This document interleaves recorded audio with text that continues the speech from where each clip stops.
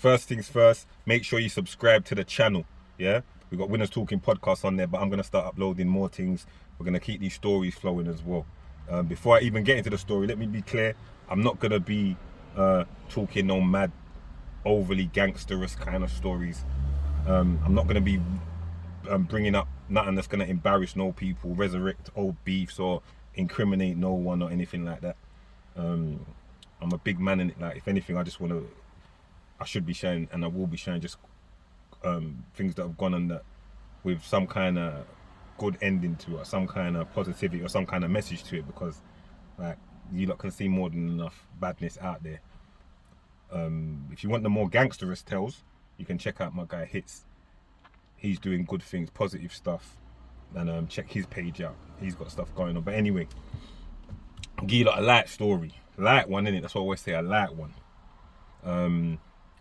Lewisham, a lot of stuff goes on around Lewisham. That's my bit. So Lewisham, there used to be a snooker hall opposite Yates, above, I think it was like Early Learning Centre, above some shops. So it's looking down on everything. It looks down on right where the clock tower is. It looked down on the clock tower and the car park and all of that, and opposite Yates. So that snooker hall there, like, enough of the man them used to go there evening time and the night time after they were doing whatever they're doing. It was a spot still. You go in there, it's kind of dark in there. You know the kind of setting, smoky. You see the couple yardie sets in there. You'll see the man them in there, but really in there, kind of controlling it, moving some weed in there. It was the Asians, like the Chinese and the I say Chinese, they might even have been Vietnamese. I don't know what there was, if there was a triad set or what, but they was controlling up there as far as moving green. They had a setup up there where they were moving green round the clock 24/7. I think it was 24 hours in there, or at least it was a 6 o'clock in the morning kind of place. You know, them late ones. So they'd be up there moving their green. Turkish man, then would be up there as well. And my lot would go up there sometimes, but I went up there as much because I was always busy. Like, I wouldn't really be up there as much. But Bones, again, this story comes to Bones again. Like, it's come like Bones was the, we used to, you know, get certain things started at times, bro. I'm gonna have to, when I check it, as I reminisce. So Bones used to go up there kind of a lot. Like, when he finished his day or whatever, he might go up there, play 2 games of snooker or whatever, and smoke his weed and just chill, because you could smoke up there and whatever. So, but man, them were all comfortable up there, like, knew each other. Man got on with the everyone knew man them, innit? And everyone knows man them. So man got on with each other, and like the China man them, or Vietnamese dons, like, I knew their head guy, in it. Like, I'd do certain business with him and stuff, so I knew them, and everyone was nice, so we could chill amongst each other, no kind of issue. If you was an outsider or you was an op or something, then it might be different, but us man were nice. So apparently now, Bones is up there one evening, night or whatever, and he's chilling, smoking his zoot and on the side and reasoning with a few man. I don't know if he was with them man there, the China man them, or he was just around them. But something's gone on where Bones has said something to one youth. There was a youth amongst them, because on average there'd be about 10 to 15 of them up there at a time. But there was a youth one, I can't remember his name, you know. No racism, but I'll call him something like, let's say we're calling him Tran for today. So flipping, he was a feisty youth still, probably about 20. He was feisty, slim. So I think he said something, or Bones has said something. Then he's turned around to Bones and been like, oh, fuck off, you dickhead. But in a half serious, half, you know. So Bones has gone like, is it? And then like left it a minute, then called him. And I know this style because it was Bones' thing. He used to do this a lot. He'd be like, is it? Laugh, laugh, laugh. Then called him like, yeah, come. And then wait till the youth got close, grabbed him, gave him 3 claps. Who you talking to? You know what I mean? Who you talking to? 2 twos, that's it. He's hold the youth there. The youth's looking, as he's getting the claps, he's looking around. It's his lot in there, innit? He's looking, but no one's seen, innit? As soon as Bones let him go, there, China talk. Whatever. The man them's all turned around. I see what's going on. He's shouting what's going on now. Bones said, listen. He goes, Pete. Goes, snooker balls. Them man start fling. He goes, you have to start manoeuvring now. So everyone's coming to him with snooker cues, balls, everything, bats. So I said, he started moving towards the door now. He's kicked the brother out of the way. He goes, a man's gone to lick him with a cue. He's put his hand up. The cue's broke over his arm. He's got snooker balls are flying past his head. See snooker ball, you have to get round past the arc. Once you go out the main snooker hall part, out here, there's an exit, but then you got to get past all the arcade machines, and then you're at the door. They got to buzz you out, and then you get out. So he's gone. He's managed to get out the thing.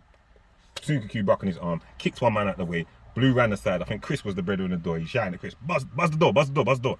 He's got out the door, come out. He's followed me now.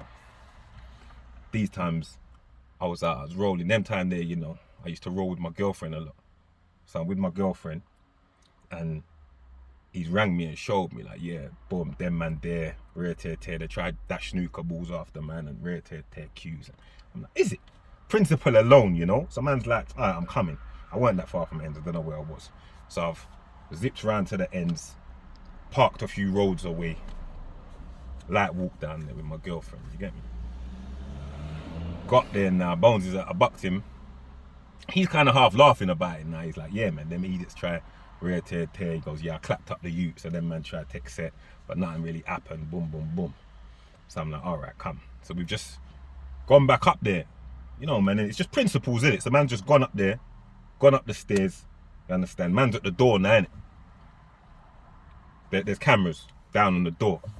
So man's saying, yeah, Chris ain't letting the man them in. Buzz again. Chris is just looking at man, not letting man in because there's like a glass outside. He's like, no, you man can't come in. So man's looking at them, and Bones is just pointing at them, innit? Like through the thing, innit? Anyway, man has to leave that, innit? It's another day. We leave. With us, yeah, after we leave, I've more or less forgotten about it now, innit? Bones is, we move on with our day. A few days later, we're rolling with two of my other guys. See, if Bones is my left hand, these two men are my right. You understand? I'm gonna call them, for the sake of the thing, I'm gonna call them Biggs and Mad Max. No real names. These men are two of my serious drillers as well. Serious guys. Like, they've held me down in the most situations. I can never say enough of what these men have done for me and what I've done for them as far as standing up. Like, I have to give credit to them for holding me down in mad situations and vice versa. It's the team in it for life. So Mad Max now, we're rolling, doing our thing. Oh yeah, by the way, Mad Max, the other day, Mad Max sent me a video that of Tiny talking about him on one of his videos, saying like, yeah, that he was a bad man from early and this, that, other. And I told him, I said, bro, you don't even have to tell me that, bro, because enough of the ways I move and this, that, other. He's older than me and he's older than the man. Enough of the ways we move, we learned certain things from you, bro. But anyway, I digress. Let's get back to the story. So yeah, we're with Mad Max. It's me, Bones, Mad Max and Biggs. We're all rolling now. Just another day. We're doing our thing. Man start talking. It's a night time, so I remember it was dark, so it's about, I don't know, but it's winter, so let's say it's about 6:37. Somehow the subject comes up and man's like, yeah, boom. Them man out the snooker all must have tried fling 2 cues and snooker balls and rare tear. And Mad Max is like, what? Nah, that can't run. What? Them man. I said, yeah, that's what went on. He's like, nah, that can't work. Can we fly down there now? So whatever, it's just another working day. At the time, man's living mad in it, so it's just like, whatever. So said, so done. We make our way down to the snooker hall now. Zip down there. They don't know Mad Max and Biggs, because them man ain't Lewisham, man. So they don't know them. So them man have gone up ahead. Gone to the door. Now Mad Max, this is why I say he's the OG. He used to say this thing where, he knew there was like, we knew already there's going to be about 10 to 15 man in there. And it's us 4, innit? So Mad Max is like, yeah, boom. Buzz the door. Chris buzzes them in because he just knows them two. As soon as Chris buzzes them in, I've walked in behind, Bones has walked in behind, but the arcade section is clear, so there's no one there, so no one ain't noticed. We've come true. By the time we turn, as soon as we bust that corner, this is Mad Max's style. He always used to say, it don't matter how many of them there are, when you surprise them and you enter a certain way, it throws, man. So as soon as man bust the corner, Mad Max has gone first. As soon as man bust the corner, pussy all them, don't move. Everyone starts panicking and scattering. Man's picked up Biggs picked up a snooker ball, ponged one ute in his jaw. That ute's gone over. Man, them are running around snooker tables. My man's picking up cue, licking after man, this, that, the other. No one got too hurt. It was a light one, because really they was running. Only the brother that got ponged with a snooker ball got hurt. Everyone else got left. Everyone else was just running. All done. Then man, just exit. Because man had a thing where Max used to say, yeah, in and out, in and out. Then we just exit. Man, them's in the car now, laughing, because it ain't nothing to man. Unfortunately, man's living a mad life at those times. This was kind of a normality. So man's exited now, back in the car. Man, them are just like, boy, it's one of them ones, innit? Nothing. It's nothing. Just like fun and games, innit? Like, nah. Got in the car, man, them exit out. Moved on, forgotten all about it. Like it never happened. But really, I should have been thinking, I've just taken on another load of enemies. Bones has just taken another load of enemies. Biggs and Mad Max, another load of enemies. But we're not thinking that. All the man them are just thinking is normal, light one, whatever. Man's got bigger fish to fry than these, as far as we're concerned, but whatever. Leave it. Everyone's gone about their business. Let's say 3-4 days later. Maybe a week. Let's say a week. Man them are out. Me, Bones, and some next dons that man's got on the set. No names. Man them have just bought the big bikes. You understand? So we're on big bikes now. It's a Saturday evening. So man them are, I think we was in Camberwell. So man them said, all right, boom, let's go back to the ends.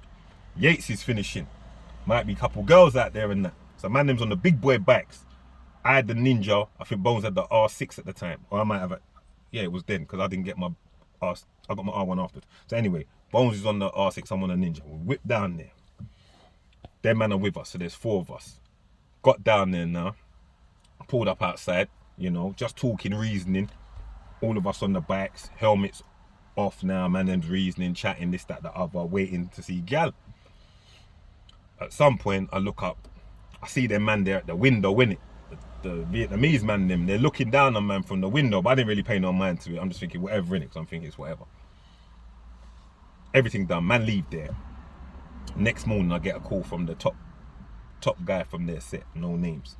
He rings me and says, listen, I know you man came outside yesterday on the bikes to light up the place. We weren't on it. We don't want to get into all of that. That's why we didn't come down. We don't want them kind of problems. I'm thinking, raw blood, man just came to get some girls. But I'm not telling him that, obviously, art of war and that. I'm like, yeah, you know, that's how the man them stay, bro. Like, you can't violate the thing. And he was like, no, listen. He goes like, we licked after your guy with the snooker cues and that. You licked down one of our guys. Like, it's petty. It's over some stupidness. Like, let's just leave it at that, bro. I was like, well, yeah, no problem. And we'll leave it at that. We'll just call it even, innit? He's like, all right, come to my restaurant anytime you want, come eat some food and sit down and all of that. And a few weeks later, I think we did go and sit down and eat some food. But the bottom line of it is the war ended nice and calm. Not many casualties. A light bruise on my brethren's wrist and a little bruck up on my man's face from the snooker ball. Other than that, we ended it neatly. And the main thing, it was one less op for me to have, one less situation for me to be into. And that's how man was moving at the time.